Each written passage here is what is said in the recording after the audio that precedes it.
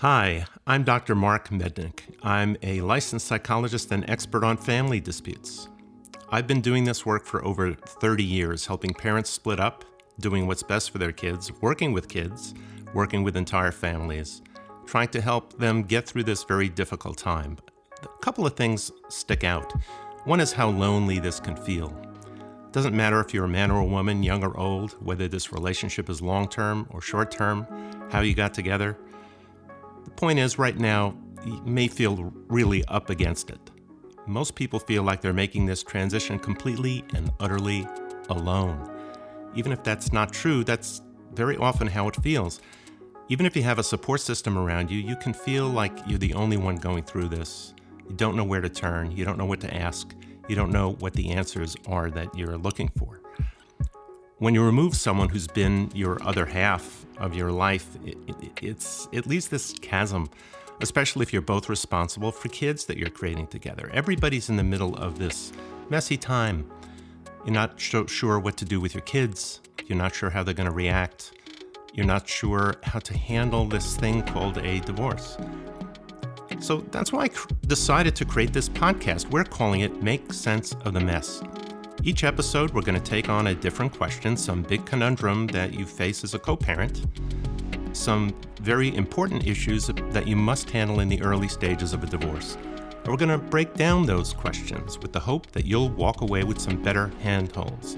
Specifically 4 C's: clarity, courage, context, and community to work through this very messy time. So here is how it's going to work.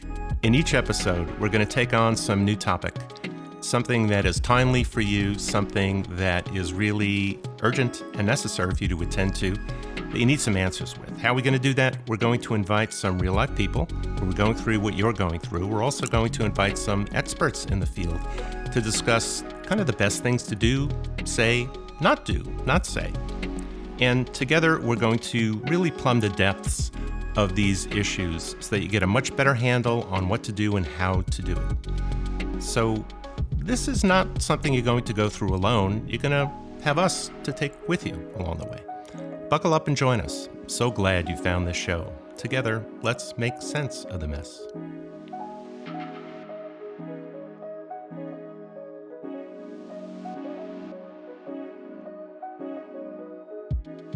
In this episode, we're going to discuss some common yet false psychological myths in divorcing couples, particularly when it comes to how much time the children spend with each of you.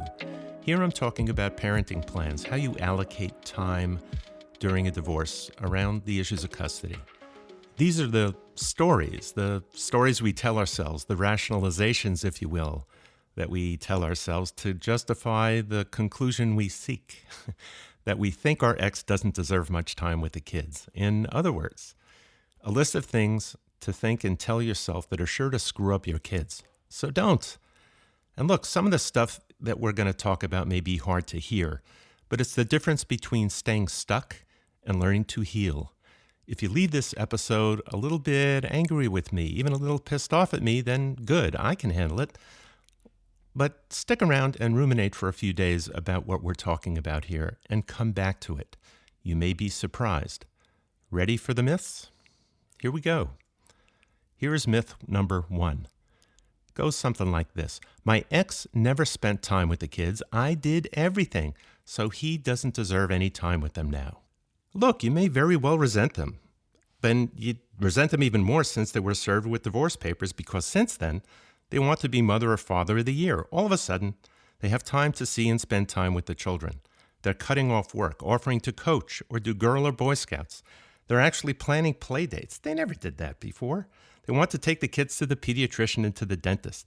Who is that person? Where have they been for the last 10 years? Why are they showing up now? It's the last question which probably has you the most concerned, the one that is most vexing to you. There is a hopeful answer, though, and a cynical one. On the hopeful side, they realize the time they have lost with the children. They're kind of fearful of losing their relationship with them, and that is troubling to them. It gets their attention. And let's face it, you've been trying to get their attention about this forever, it seems like. You think that they've always taken their relationship with the kids for granted. They've taken you for granted, family life for granted.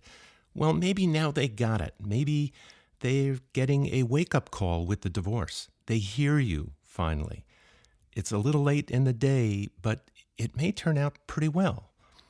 Now, on the cynical side of the ledger, the other parent is doing this to punish you or to compete with you. They're seeking the children's affection, but only at your expense. This explanation fits nicely with another one, that they're seeking to gain advantage in a child custody case that they are planning. In their minds, if they curry favor with the children, the kids just might choose them over you, and they will not have to pay all that child support to you. Cynical? Yes, you bet. Well, how will you know which is the reason they're picking, the hopeful one or the cynical one? All I can tell you is that you're going to find out soon enough.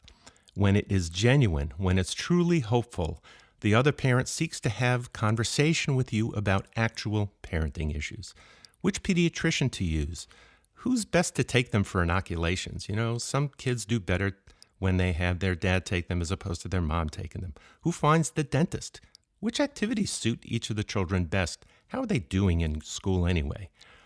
Are there concerns about grades or getting homework done? How can we set limits on electronics use, watching TV, or access to social media? All of these things, the day-to-day things. Who's buying the cleats for soccer?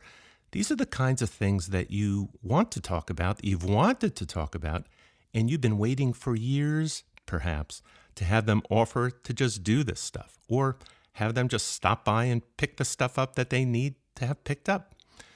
If it's the second reason, the cynical reason, the other parent will focus more on indulging the children, buying them all the goodies to buy their love and affection. The kids will come back from spending time with the other parent, and it'll be crystal clear to you that there have been no limits set on them. First of all, this is what you're going to notice. They're going to be a little crabby with you, a little snappy, a little defiant, if you will. It'll be clear that they ate whatever they wanted to eat, mostly snacks, had too much ice cream, too many sugary things, way too late in the day. They stayed up way too late. Nobody was monitoring what they were watching on TV or how much time they were spending on their electronic devices. The other parent reasons that if they do this, they'll make them more amenable to wanting to spend time with them, not you. There's also the more subtle and kind of nasty idea here, the covert one, that you become the restrictive parent, the one with too many rules, the ones who won't ever let the kids just be kids. That's the message that the cynical parent wants to send. Either way, the truth is your kids benefit from having a loving relationship to you both. They benefit from two parents who know how to act as parents, how to do the right thing at the right time in the right way. Some parents, unfortunately, come late to this realization, and some others, they just never learn. Try to keep an open mind here. Your ex might be learning how to be a better human being, a better parent. That benefits the kids. If it's the other thing, you're going to know that real quick.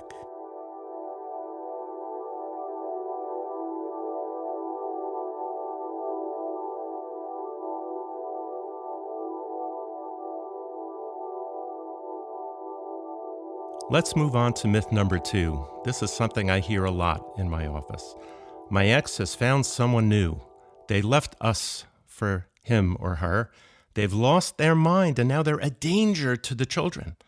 Huh? I get it. You feel blindsided, betrayed, abandoned, rejected. Your ex's affections are with someone else now, and you consider them and the person they're with to be idiots. And they just might be, but the fact is that just because you were left doesn't mean that they're leaving the children.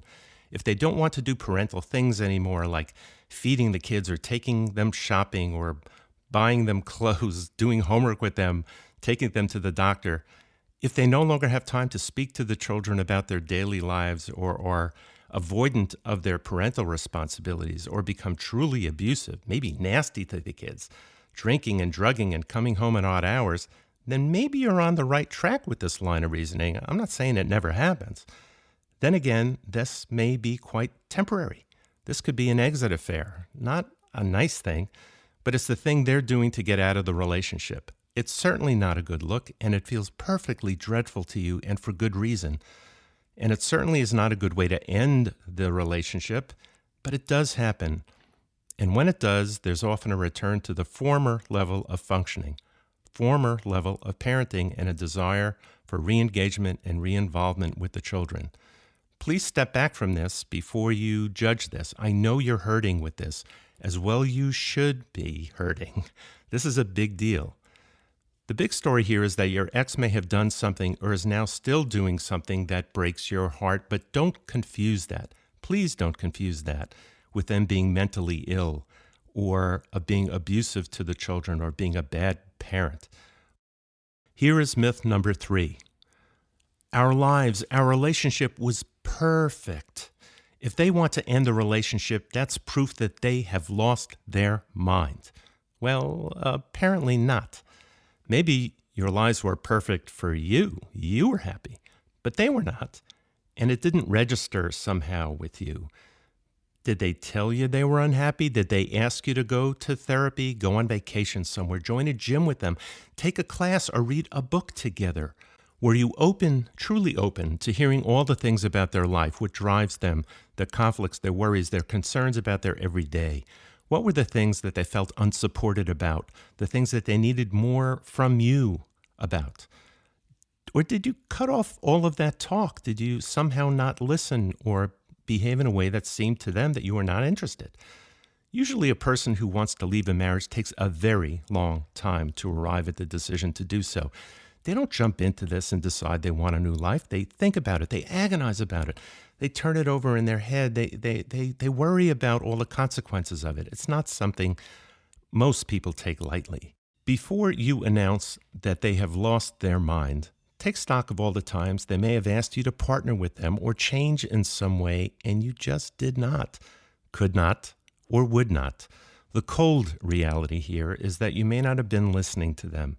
It could be you that were in denial about how much they were into you or the relationship. You wanted so much to believe that they wanted to be with you that you made one excuse or another for their disengagement, their ill temper, their desire not to make love to you. Maybe you were the one who wanted it to be perfect, so you simply made it so in your mind.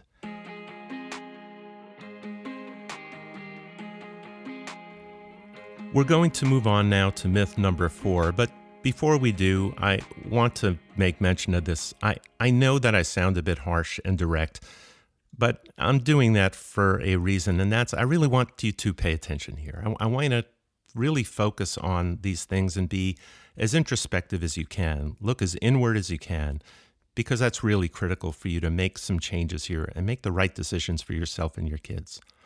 So here's myth number 4. They found someone else to love, so they don't deserve to see the children. They picked someone else over us, over the kids. This can be a real problem for your kids. Is it possible that they're picking someone else over the children? Really, that's quite doubtful unless they're not speaking to the kids, unless they truly have abandoned them and express no desire or interest to spend time with the kids, or they're telling everyone they know and on social media that they're starting another family with their new lover. I have to tell you, quite truthfully, I've seen that happen. I've seen people post something about their new love with the other person's children. It's so destructive to your kids. It's so destructive and humiliating to you. I get it, but those are rare circumstances. Most of the time, when somebody finds someone else, they're not abandoning you, and they're certainly not abandoning the children. That's not the case. But if you persist in a narrative to the children that you were left for your ex's lover, you do them damage. Please spare me the idea that you were telling them the truth. The truth is that you were pissed off and that you were left, or that they had an affair and you are seeking to separate the children from a parent who loves them. That's the truth. Myth number 5. My ex takes antidepressants. Isn't that proof that they're mentally ill and I should have primary physical custody? And not just that, I should have primary and final decision-making with respect to the children. If you're saying this, you're really going out of your way to make a very big deal out of nothing, unless your soon-to-be ex has disabling vegetative depressive episodes that recur often. By that, and this is serious, and it does happen, I mean someone who can't get out of bed, has poor hygiene, they don't bathe, they have no energy for the children most of the time. They're not doing daily self-care tasks, let alone taking care of the kids. Research shows us that serious depression in moms has been associated with early onset depression in children, mostly for girls.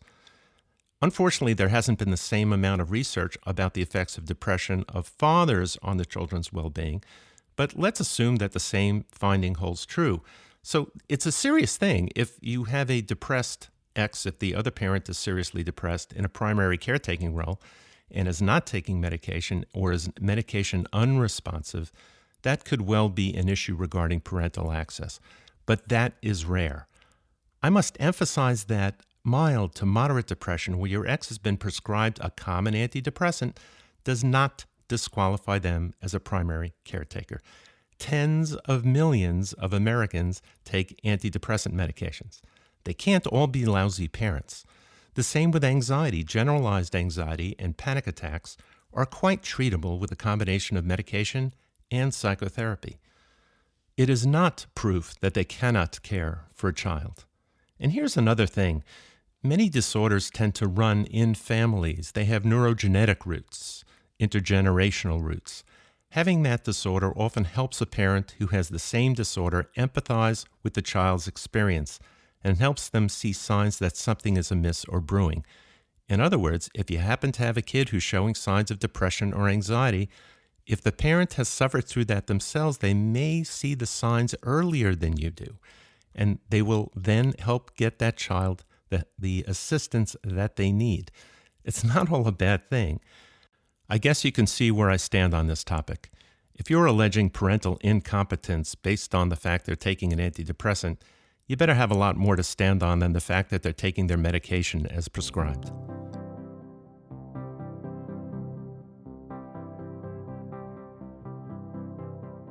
Here is myth number 6.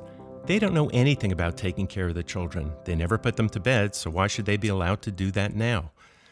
Well, I get it. You view yourself as the better parent, and you've probably been the primary caretaker here. That's why you're thinking this. And you're right, you've done all the dirty little things that have to do with parenting, the tedious little repetitive things, changing, feeding, diapering, teaching the kids how to go to the bathroom. It's toilet training. You did that. Being there for the kids' first steps, that's you. I get it. You're the primary caretaker. The kids do rely more on you, but they need both of you. You are now separating. The fact that they have not done this before, have not engaged in these tasks before, doesn't mean they won't do it now. And they need to learn. And even if you're the one who wants out of the marriage at this point, it's in the kids' best interest for you to facilitate their capacity to be more competent and interactive with the kids. You'll be surprised to find out quite often that the other parent now is willing to learn and do the things they were resistant to doing while you were together. And you know what? They did it because they could rely on your competence. You were able to do this. They were able to defer to you. You made their life easy. And it stinks now for you to think that the reward for that is you're going to have to share time with that other person and give up time with the kids. This is painful, but I know ultimately you'll be able to do the right thing here. Myth number 7. My kids are too dependent on me. They need me too much to spend an overnight with the other parent. This is really hard, and to approach this, you need to separate out your own anxieties and fears about how the kids will be cared for from your own anxiety about separating from them.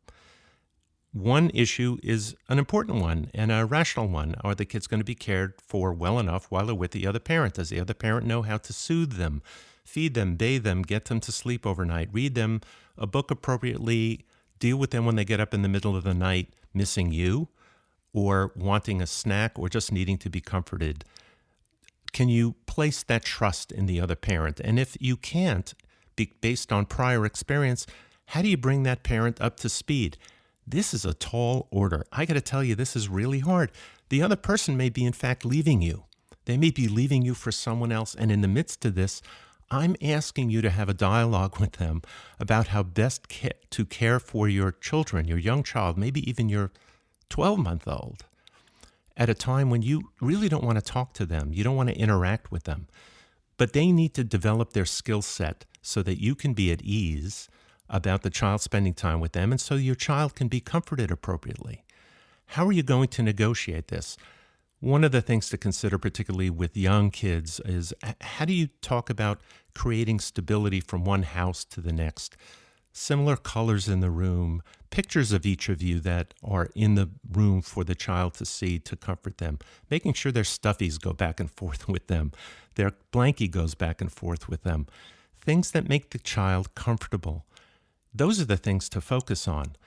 The issue of dependence is very often a little mired in the fact that you might have a hard time separating from them and maybe communicating to them your anxiety about them leaving you, not the other way around.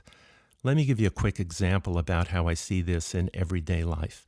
Exchanges very often happen where mom will come with the child and they buckle the child into the car seat. It's their young toddler.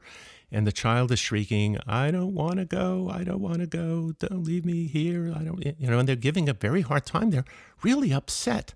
And mom's response, or if it's dad's response, is you want to stay and comfort your child until they calm enough and get comfortable enough to go with the other parent. I have to tell you, invariably, that does not work. The very best thing you could do is to make quick business of this. You buckle them in, you give them a very firm hug. You look at them directly in the eye and say, I love you. You're going to have fun with mommy or daddy. I'll see you soon. I will see you soon. And then you buckle them in, and amid their shrieking, you close the door and they drive off. And you're disconsolate. You can't stand the pain of watching your child be in so much discomfort. Here's what I know. Within minutes, if not a minute, sometimes within seconds, the child stops crying. They go around the corner. They're okay. They have a good time. The biggest problem is you're lingering, or they're lingering around in the exchange on the other end of the transaction. The more you do that, the harder it is for the child.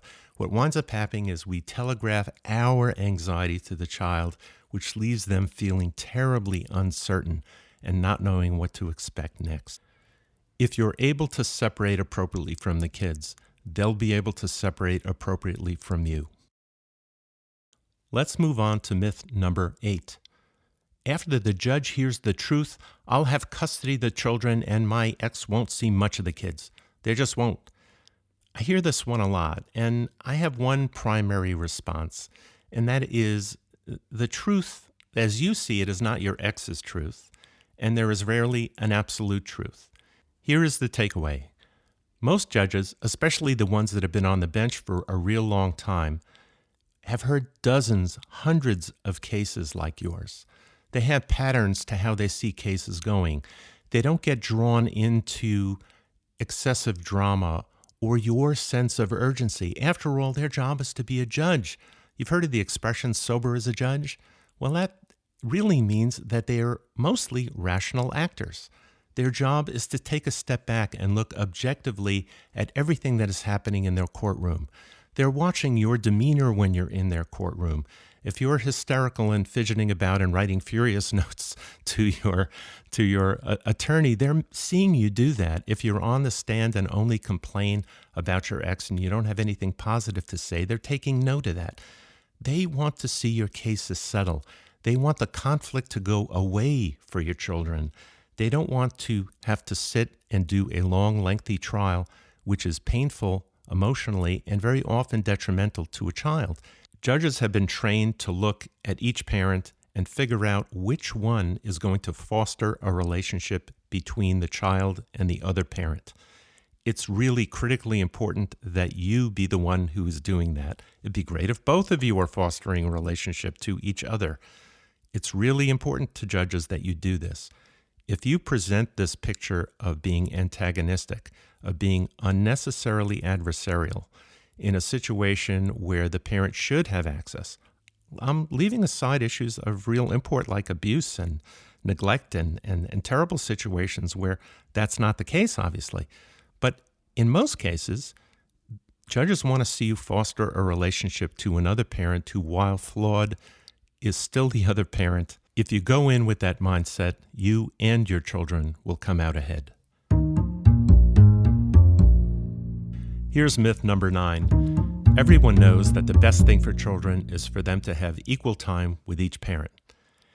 Let me tell you why this doesn't hold up. It just doesn't, and I hear it all the time. There are 2 reasons here for this argument. The first is purely financial. This is about child custody and money, about who gets child support and how much. I get it. That's a big deal. I'm not telling you to give this short shrift or to ignore this as an issue. It's a big one, and it's going to be a conflict point between you and your ex. Let me tell you why I'm more concerned about reason number 2, because number 2 has to do with your kid's well-being. Here we're really talking about the conflict between parents' rights and children's needs. We have lots of clinical research at this juncture that says that kids don't need to spend equal amounts of time in order to maintain healthy attachments. The real issue here about access and time is qualitative time. How you listen, how you make use of the time with your children. It doesn't have to be equal. The equal time is a convenience for parents. It's a necessity for parents to feel good about themselves in their role and not feel like they're secondary. I get it. No parent wants to spend time away from their children. No one wants to feel like they're losing influence over their children's lives. This is heart-wrenching. I know. But here's the thing.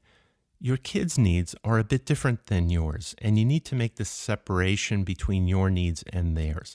What they need is stability. What they need are routines that make sense to them.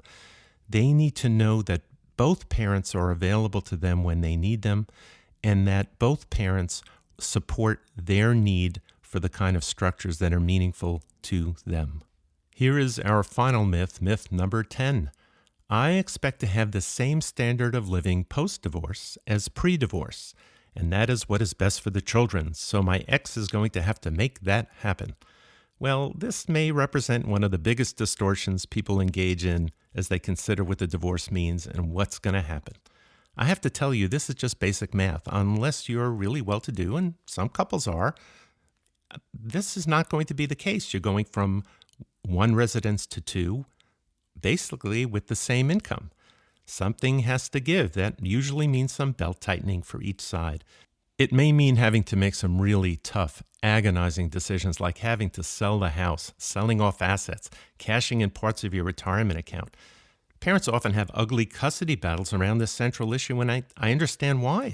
It's so charged emotionally, and it engenders so much fear that your financial situation is going to change. But the basic notion that you're going to have everything post-divorce that you have pre-divorce is usually not likely because it's unrealistic. Some belt tightening, some changes will have to be made. The critical issue here is how you explain this narrative to the children, what they understand about the belt tightening. The one thing that you don't do is say, your dad or your mom or whoever may actually have the higher income is, needs to do this for you, and they're not doing this for you, and we shouldn't have to make any changes, and it's their fault. I think it's really okay to say to your kids, our family is changing. We need to make some adjustments. You're still going to be able to do all the things you really want to do. We just may have to approach some of what we do differently. And we can all be on board about that. Let's all pitch in and do this together as a family.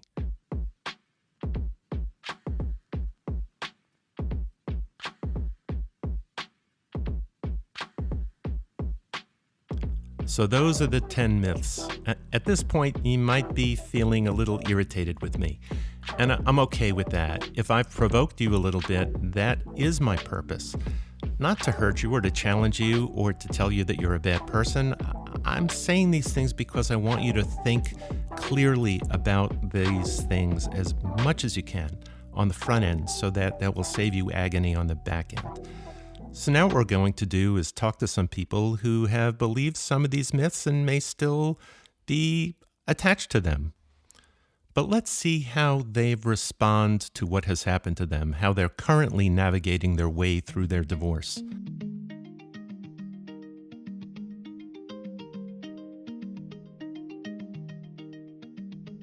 Hey, Dr. Marc. Good to see you, Brian. We have a great parent, a dad, who's going to share his story about exactly these myths and what he's gone through. I really look forward to that conversation. I'll tell you the one that probably rang the loudest for me was when you spoke about basically not using your child as a sounding board against the other parent.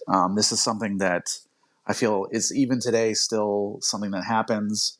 And it's a very tough thing, right? And you can feel yourself falling into it, and you have to remember not to. And I've been working really hard not to, only to have it, come back to me the opposite direction. I'll give you a perfect example.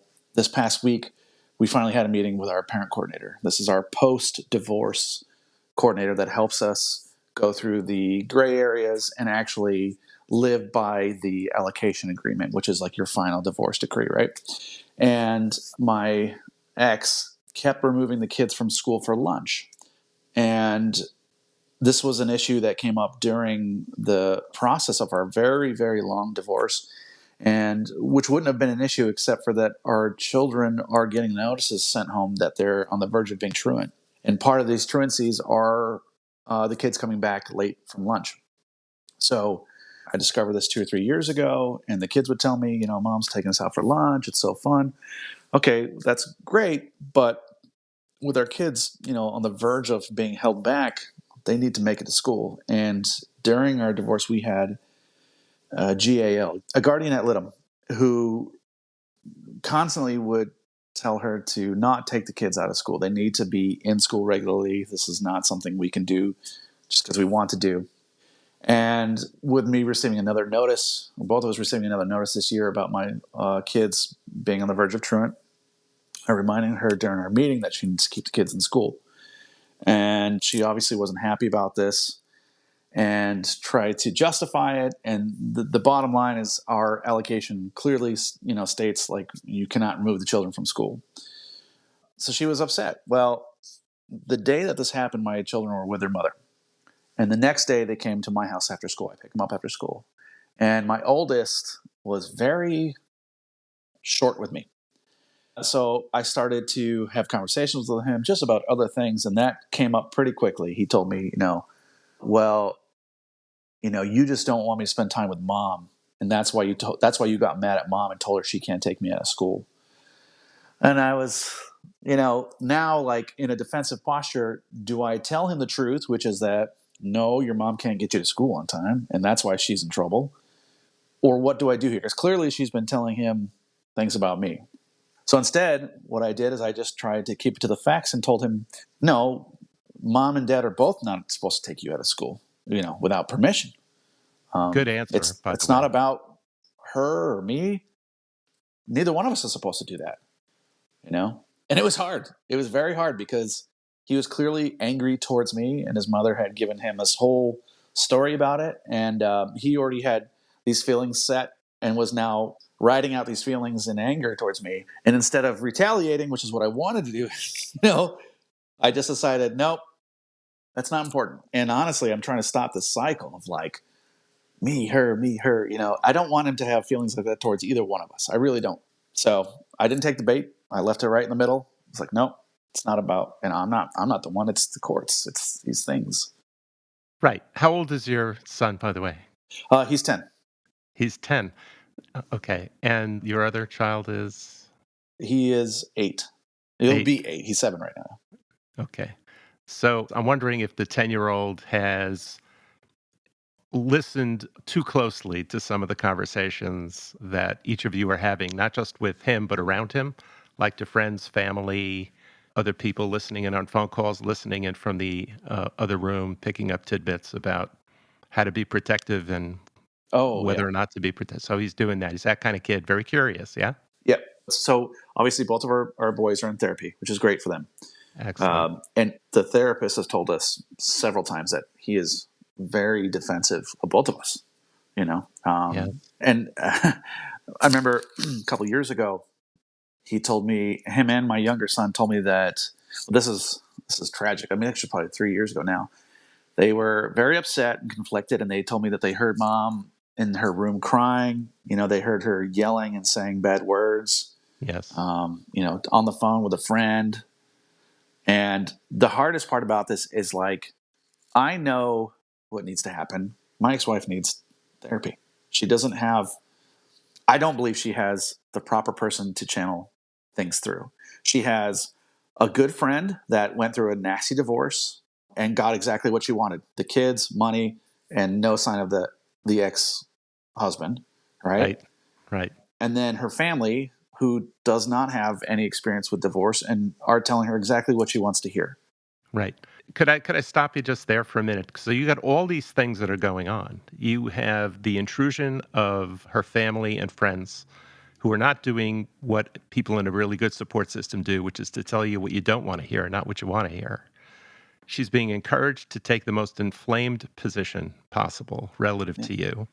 She's experiencing resentment that you're not going along with the plan and then working through the kids to give you messages about what is not working.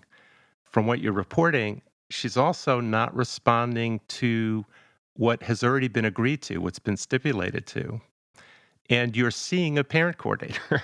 Yeah. You don't see a parent coordinator if there's no conflict. You see a parent coordinator to resolve conflict, which is ongoing. So Right. there has to be some meaningful intention here, right? And you're trying to maintain this balance, which sounds pretty good.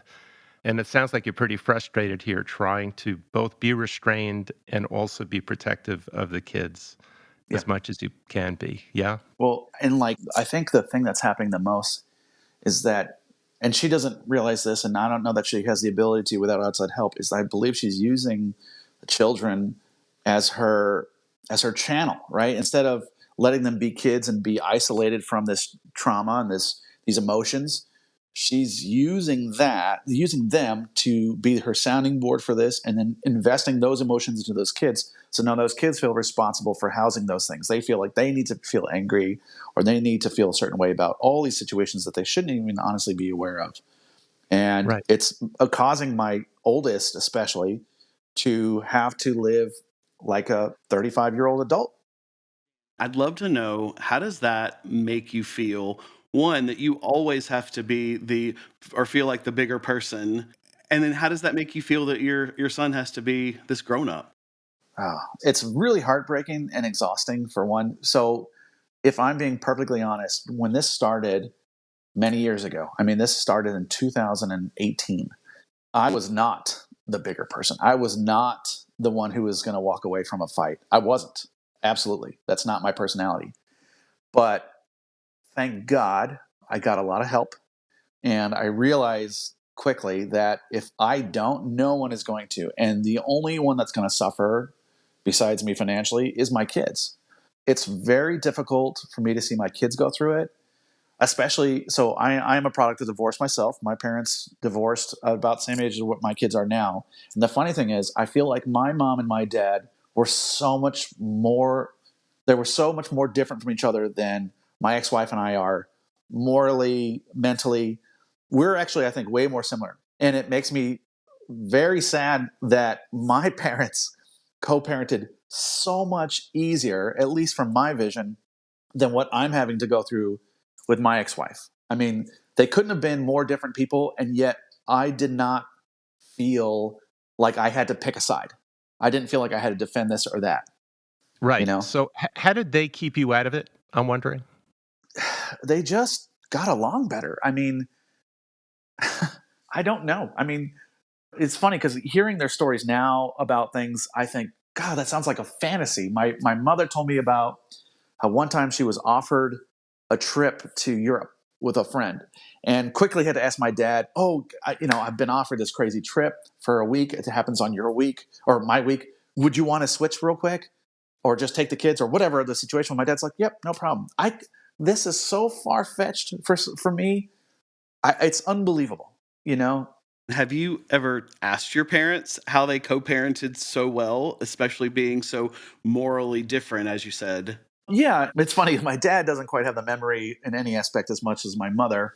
My mom's take on it is that they actually, although they knew that their marriage wasn't going to work, they still agreed that, they had to raise these kids together, and that the best way to do that was together. So I think actually probably the biggest difference is the starting point where both my mom and my dad acknowledge that having both of them in our lives equally was the starting point. Like, So, what's really interesting is you're describing your parents as pretty different people, yet they coalesced around this central value. The value was protective.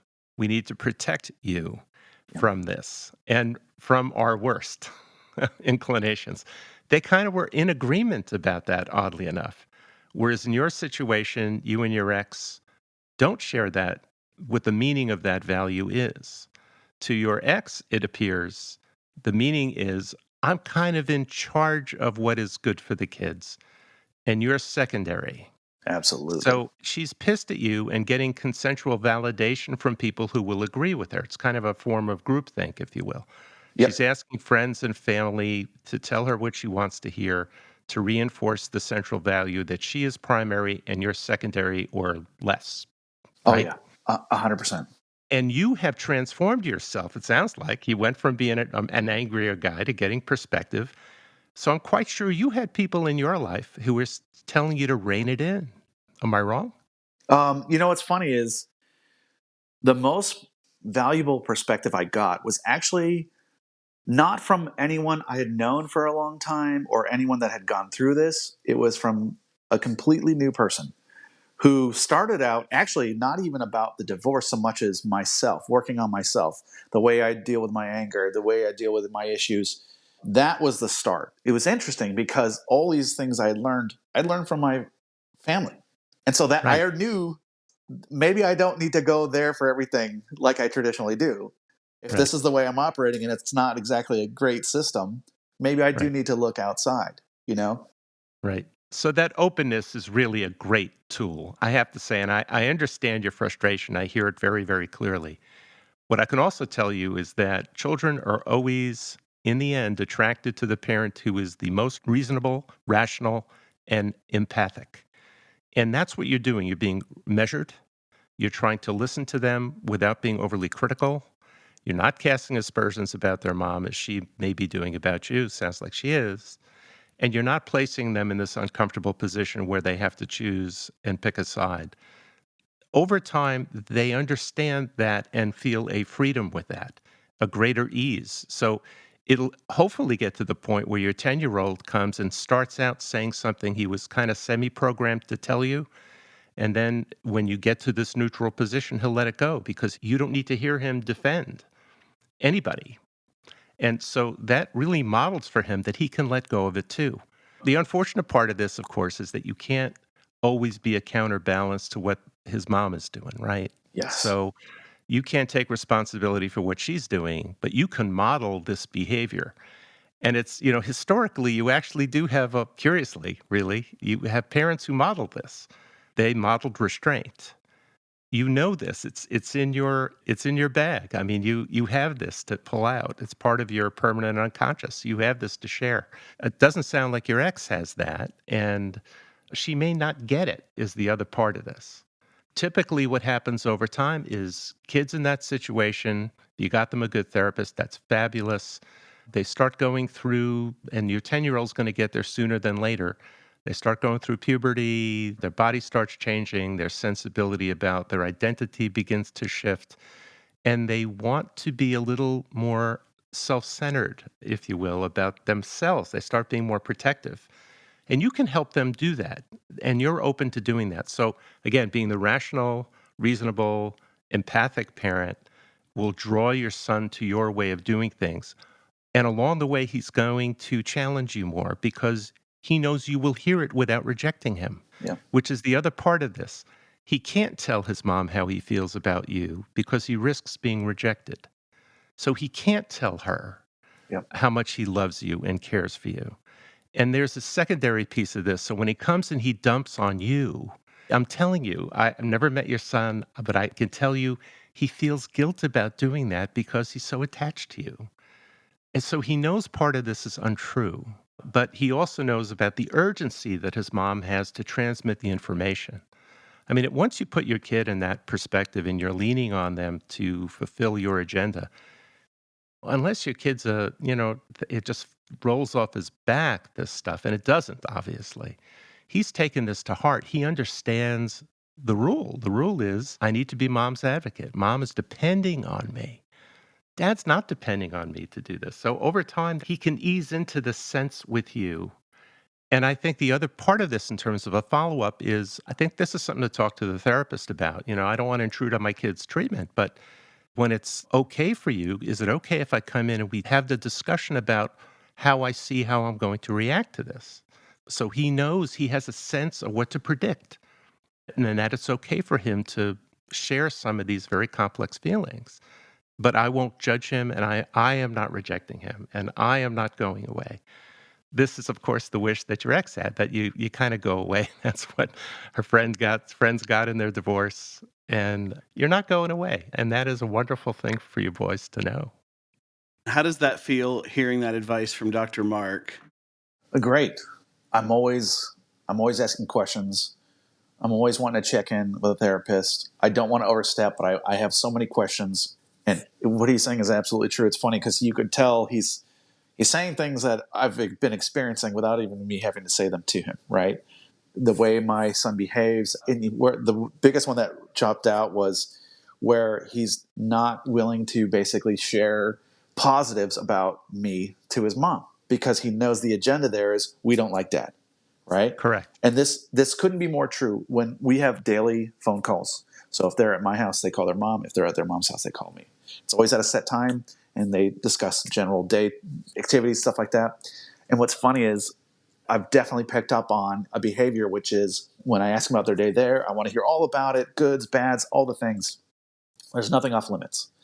When they're here, they are extremely guarded. If there's something fun we did, they don't talk about it. If it's something that we're gonna do that's fun that in the future that maybe their mom isn't a huge fan of, like anything car related, because I love cars, we don't talk about Hmm. that.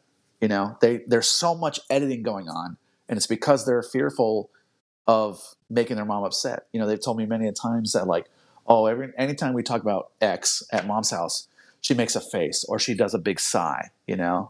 Right. So here's another thing that when you do have a moment with the therapist to ask, and it's how are you helping my son negotiate this difference in tempo and environment about what's allowable to be talked about and what's not?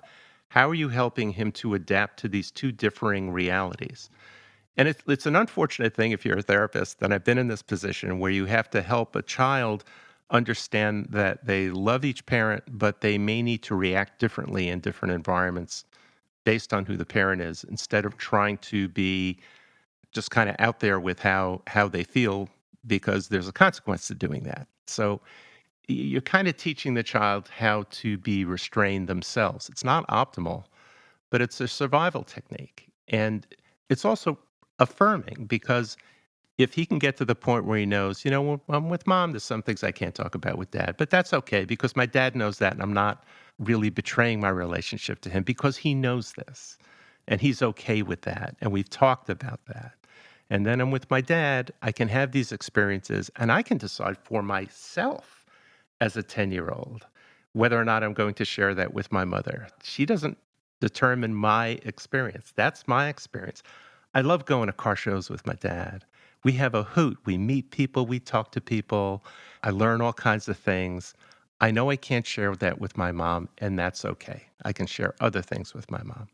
It's leading this kind of split existence without the trauma.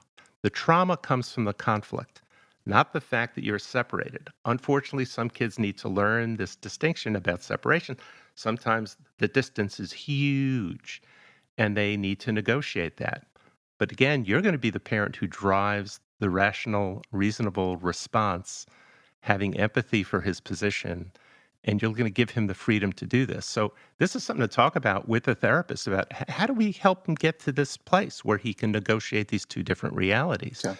And that's exquisite parenting if you can do that. And your child will love you all the more for it.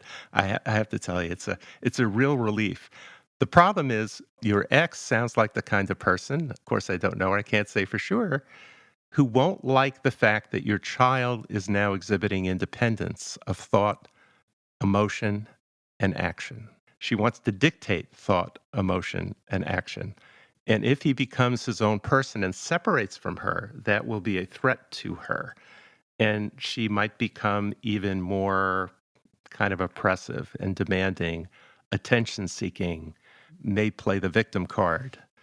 May talk about, again, you pick the topic. It could be, your dad, he didn't pay this. I can't afford to take you. I can't get you new soccer cleats. Your dad, ask your dad. I don't have any money. No, we don't have any money for this.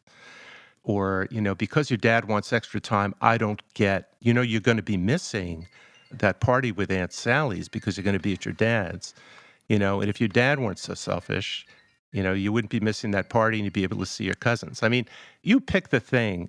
If she feels like she's losing ground and control because your son is exhibiting more independence, which is what you want for him, as well you should, by the way, it's just healthy parenting. She may well feel threatened by that and clamp down even more. I'd love to ask Dr. Mark a question, not only about this situation, but for anybody listening. What is your advice when you have one parent who is working toward not living in these myths, and you've got one parent who's actively living in the myths? And I know you can only control yourself. So what's the advice, especially in the short term? Well, it's certainly a long conversation, and there's some other tools to use. But really, the basic element is what you're talking about, Brian. It's you have to work on yourself and your own self-restraint, your own focus, and being mindful. When I talk about mindfulness in this regard, I'm talking about just being aware of the surrounding, aware of the triggers that you have when you speak to your ex, aware of the triggers that you have when you're feeling rejected by your children, and understanding how you're going to modulate those and step back from the provocation. You're in the business of modeling, sometimes for yourself. You have to catch yourself in the act of behaving and reacting in a way that is measured so that your kids can understand what that feels like too. And if you can do it, they can. But there's no changing somebody whose intent. And the intent could be because they're personality disordered and they don't see themselves. They only see somebody else. And they only see themselves as a victim and they see you as an awful person. I mean, I'll give you a quick example. And I'll just taking a wild guess here. Your ex is referred to you as a narcissist, yes, at some point? I'm sure. Right. Okay. So it's very common in situations that are where there's high conflict for one spouse, the person who is very often the person who creates most of the conflict, to accuse the other person of being abusive, narcissistic, uncaring, insensitive, whatever descriptors you want to add. And their whole reason for being is to be seen as being kind of on stage. This is their theater. And the kids are assigned roles to play in this theater of the absurd and dreadful. The other parent works hard to become more rational. And actually, the more rational you become, the more she wants to turn up the volume to get your attention and hook you and have you be at your worst. And from what you were saying in the past, you kind of were more at your worst. You were more reactive, less patient. So now that that's no longer a hook, it's going to intensify the desire to recreate the drama. So there is this issue, Brian, to answer your question. When you can't affect change with somebody else and they're so married to living in a myth, the very best thing that you can do is not live in it and try to model what that looks like to your children so they can choose whether or not to live in the myth or not. If you hung around my private practice, my office for a week, you would see this played out time and again, this exact theme. It's hard to do when kids are 10 because there's still some limitations about their understanding. But your sons are not going to be 10 and 8. They'll be 15 and 13. And I have to tell you, 13-year-olds, 14-year-olds, 15-year-olds who are living this experience get to the point where they want somebody to help them understand these things. If you can label them as myths and you learn with them so they can check out their own experience. What is what mom is saying to you or dad's saying to you? How does that dovetail with your experience? How do you feel? What do you see? And which truth is the truth? The one that you experience or the one your mom tells you is the truth? So kids learn to have agency about this if they're encouraged to. Thanks for joining us. It'd be really cool if you could spread the word. You know someone who could use this? Well, don't forget to subscribe and leave a review, but also share more with somebody about our mission to help co-parents feel less alone. Please share this podcast freely. That's my shameless plug. For more tips and tools about how to navigate this time, please go to makesenseofthemess.com.